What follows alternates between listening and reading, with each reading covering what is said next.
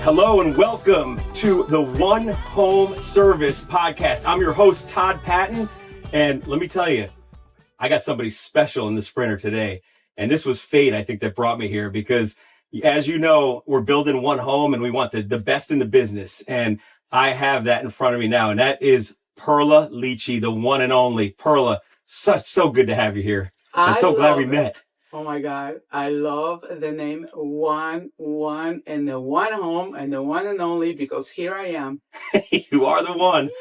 I got to hear your story because, when I researched to find out about you and, you are the best in South Florida. There's not even a close second.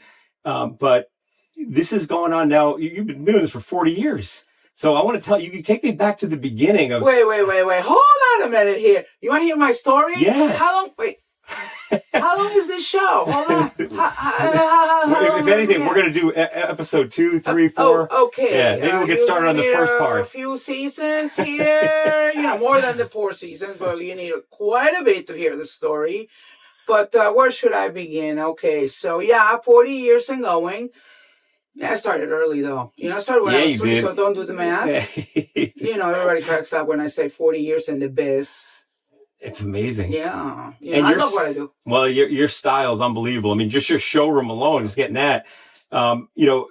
Obviously design is something you've been born with, I think, right? It's something that you don't just learn it. You don't learn it. Although the Art Institute's where you did learn everything, right? Oh my God, you did your homework. I did my homework on you. I did go to the Art Institute for a lot of it, actually by faith.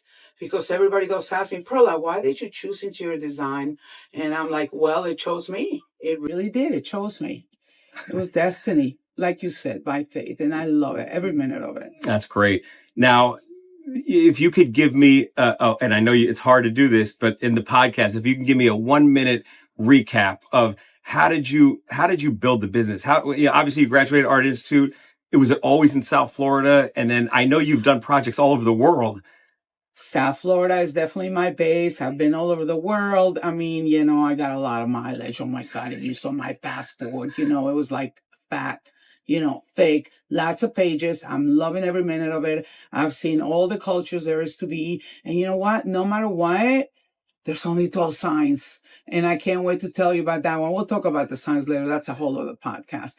But wait, what was the question? So if you... Oh my God. I got so much to tell you. I can't wait to hear it all. If you're to give me just the executive summary of how you built the business, you only had this company, right?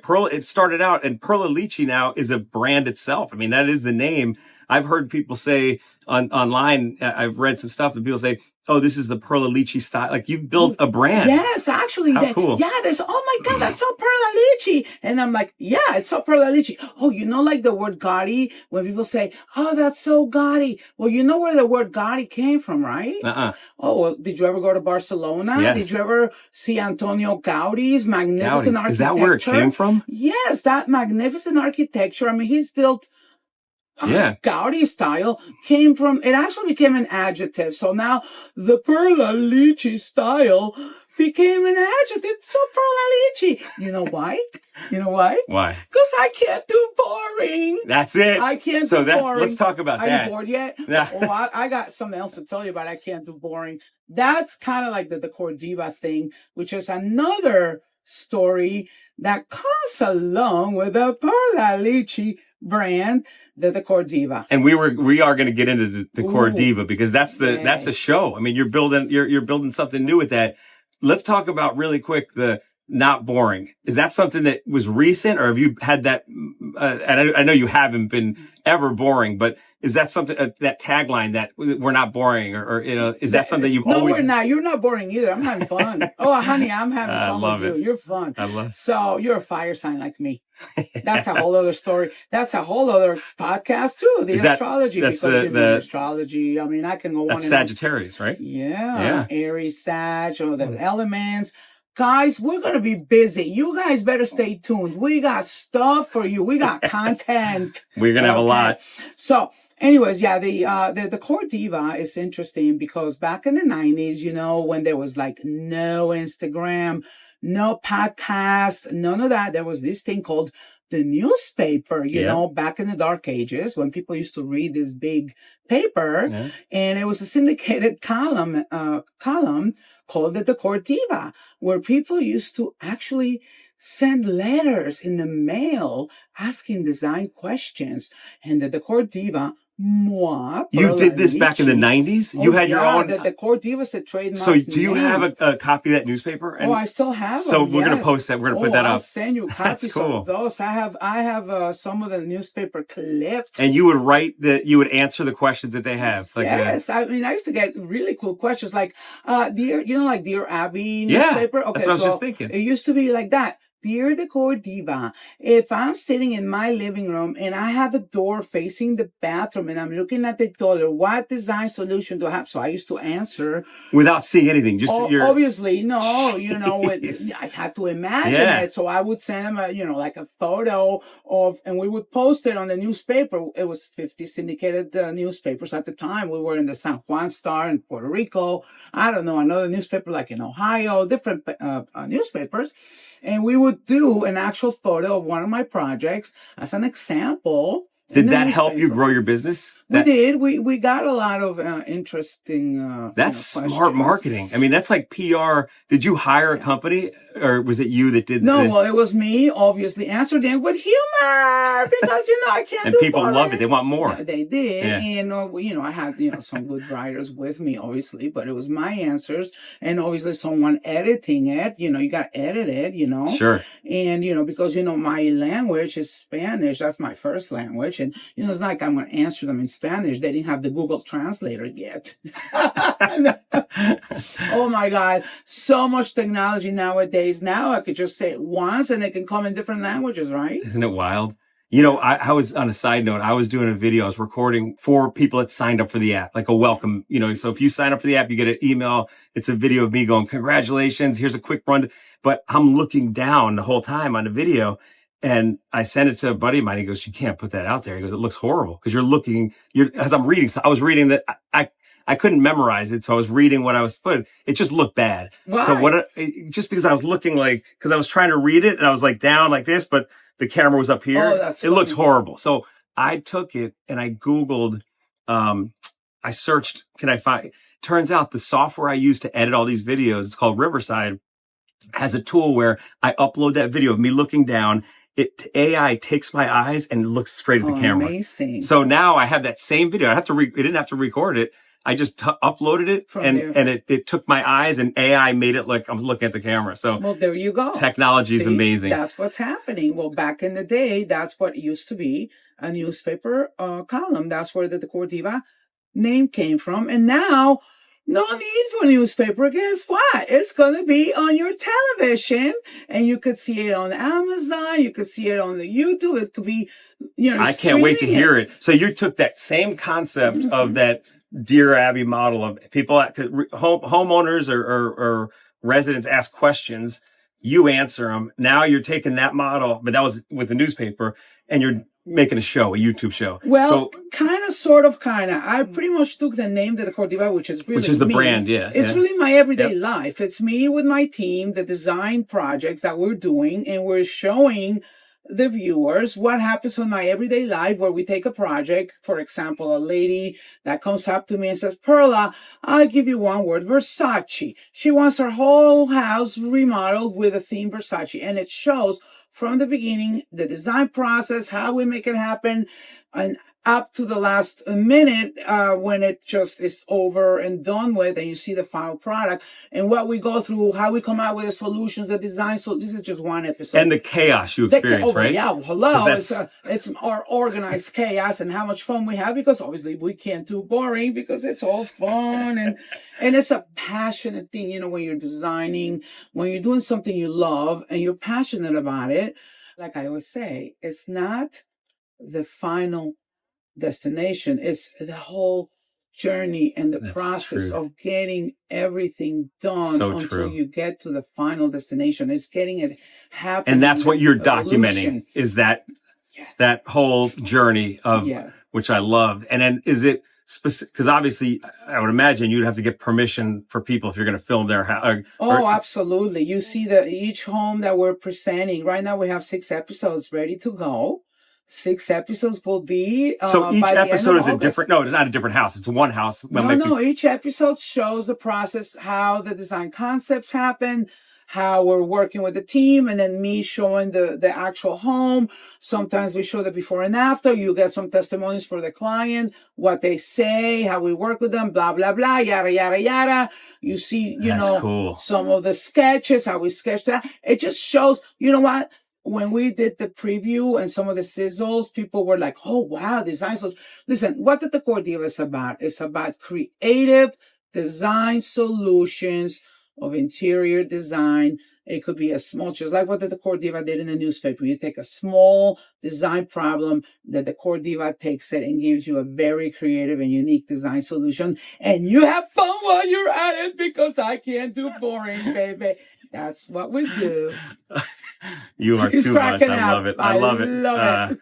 You are great. And you know what? I think that energy you bring is like none other. And people, imagine homeowners gravitate to that, right? Well, that's because by the way, your reviews on Google are phenomenal. Thank you. Well, people do mention that. Well, I got to ask you one question. Yeah. Think about this. Yeah. What is the one most important thing anybody can have? I don't care when your birthday is. I don't care where you're from, your health, culture, obviously health, but the most important that you own, that you have, whatever your wherever you live, your culture, it doesn't matter.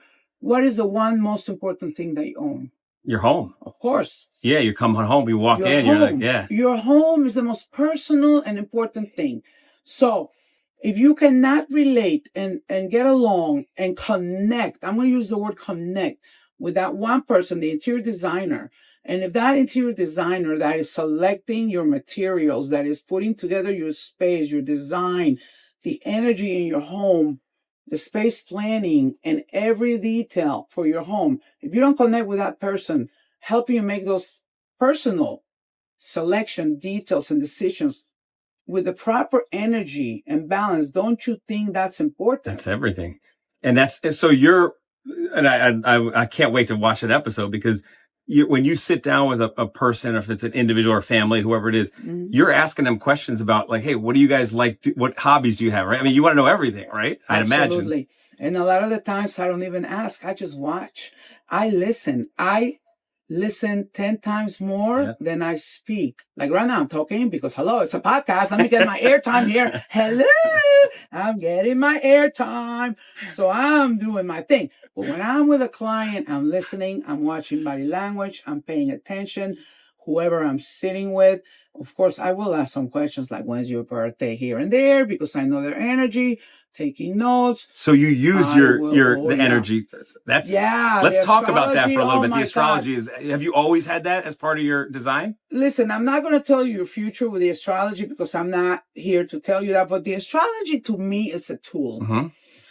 It's a tool. I mean, at the end of the day, there's only 12 signs, okay? I don't care where you go in the world. There's going to be an Aries, a Taurus, a Gemini, a Sag. And definitely you're going to know the difference between designing for a Virgo than designing for a Leo. And you knew when you met me. You did the math in Espanol. See, I got to add in Spanish. That's my first language. That's just the way it is. I dream in Spanish, okay? I have my translations there, at the bottom. You got to read it, closed caption. No, but the point being is that once I understand the energy, at least I know my direction. Mm-hmm. I know it's a tool. You know, what's your most fun project to work on? Is it like a home where they say make or start from nothing? Like, what's the most? Is there a certain style that you like better? I love them all because it's to me it's about the person as much as it is about the style.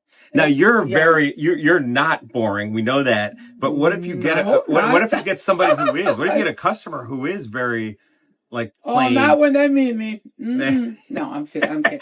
No, but do you take them and say, wait a second, let's add a little bit of like? Do you bring something to them, or you just say? No, I accept pretty much everybody for who they are, and I respect them, and to them, you know, that's who they are. I accept and respect them, and I kind of like, you know, I kind of just kind of like mirror the energy, you know, like if you were mellow, and become mellow.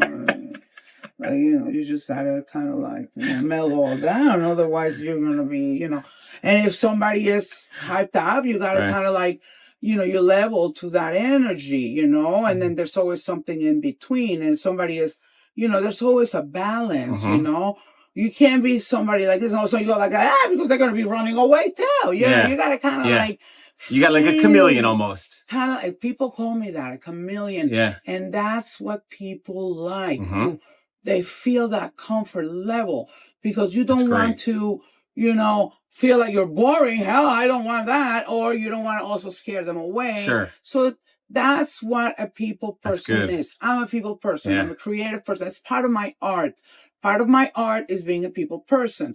And like I said, more important, having a designer getting into your personal space is getting personal with the person that is personal with you. And that to me is 90%.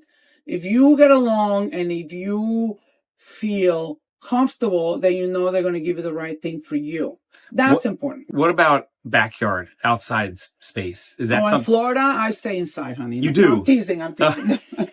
Well, no. I mean, I can give some suggestions. But yours is inside. I stick, you know, shoemaker, those are, you know, stick to your shoes, you know. I mean, that my mom used to say, I don't even know the same. But the point being is I'm focusing on interior design, and someone needs their landscape design. I'm going to suggest the ones that I feel will be qualified for that. Just like if they need, I am good at architectural details and architectural design. But when it comes to building the house, I will call a licensed architect to pull the permits and do the actual architecture, because everybody should do what they do best and what they're qualified to do. So everybody should have their own specialty. Now, is it true in Europe, if something, because I know you're big you're all over, you're international, but is a style that's happening in Europe now, like a trend, let's call it, is that something that in a year will be here, or do you see that, or is it not so much? Sometimes I see it with fashion. I believe the interior design and fashion go hand in hand, and it does. Sometimes you see European styles start before and then they catch up here. Sometimes they never catch up. Sometimes things happen here that they never catch in Europe. It just depends on the designer and whatever, you know. What about, Pearl, I want to ask you about from a homeowner side. If somebody's they know they're gonna need an interior designer, that they're building a house, they're knocking something down, building, let's just say, what's the right time to call you? Because do they hire a contractor first? Do they then hire how do you know what to go first? To me, it would make sense to hire the interior designer first before anything. Absolutely. The interior designer, as long as she's or he is qualified, obviously No, the interior designer, properly qualified, will tell the homeowner where to put the money at the right place from day one. Okay? Because the interior designer will do the design, the layout, obviously the space planning. And once you have the design, then you get a contractor to bid it and to get the proper pricing. So that's even before the architect. Well, it depends. If the interior designer is qualified to do architectural, you know, detailing and whatnot, I believe the interior designer and the architect sometimes go hand in hand. Sure. Okay, together there should be a team. But if the interior designer is hired first and they have plans, and then they come to you and we have this vision, and then but you look at the plans and go, oh, we got to redo this, because like, wouldn't it make sense then you first, interior designer, And then whether that's bringing on the architect immediately or. Well, I've had many clients come to me before they even have an architect, where they have just a basic That would plan. make the most sense to me. I've had that. And then they hire an architect to take my vision. Exactly. So that it's properly done on the site. That to me would seem like the best. Properly done with everything the way it should be by code and whatnot, because we do the layout, we know the lifestyle, and then they do everything based on structural and everything else. Okay? And then I've also had where they already have the architectural plans, and then I come in and do all the detailing. It could go, it's like what came first, the chicken or the egg? It's okay. You know, I'm happy either way. And then, of course, the GC, the builder, that's the one that's got to bake the cake. Yep. And then we got to do our, embellishment. So I believe the dream team is the interior designer, the architect, and the builder. Dream team.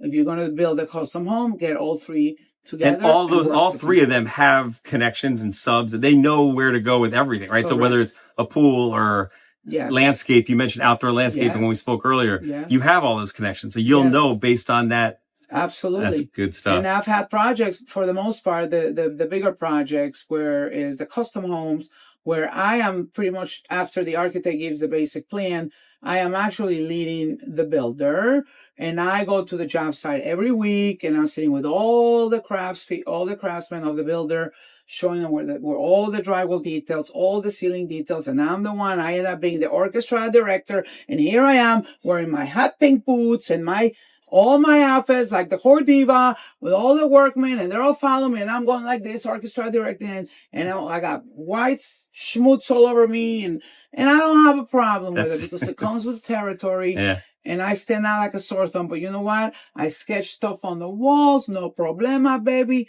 And then when it's all done, voila. Magic. There it is. So I know where I can find you, because I'm here. But if anybody wants to find you, they can find you. First of all, the show is going to be a hit. I'm ready for this. The diva. I'm ready to that theme song. I can't do boring. I love that song. I have a feeling you're going to be the host in this seat when we do the next one, and we're going to have somebody as a guest. I want to see you. You'd be a great host. I got questions. Yeah. I'll be the one asking the questions. I love it. Well, Perla, like I said, I'm so glad we met, and I believe in fate. This was meant to be, and we're going to have a lot of fun. I promise you that. But we're going to do something special with One Home, and also just the friendship and relationship that we'll build. I'm really looking forward to it, and so glad you're part of the One Home team. And I'm very excited. Yeah, thank you so much for being on the podcast. You'll be seeing a lot of Perla, I promise you. And you won't be bored. Never. Thank you. I can't do both.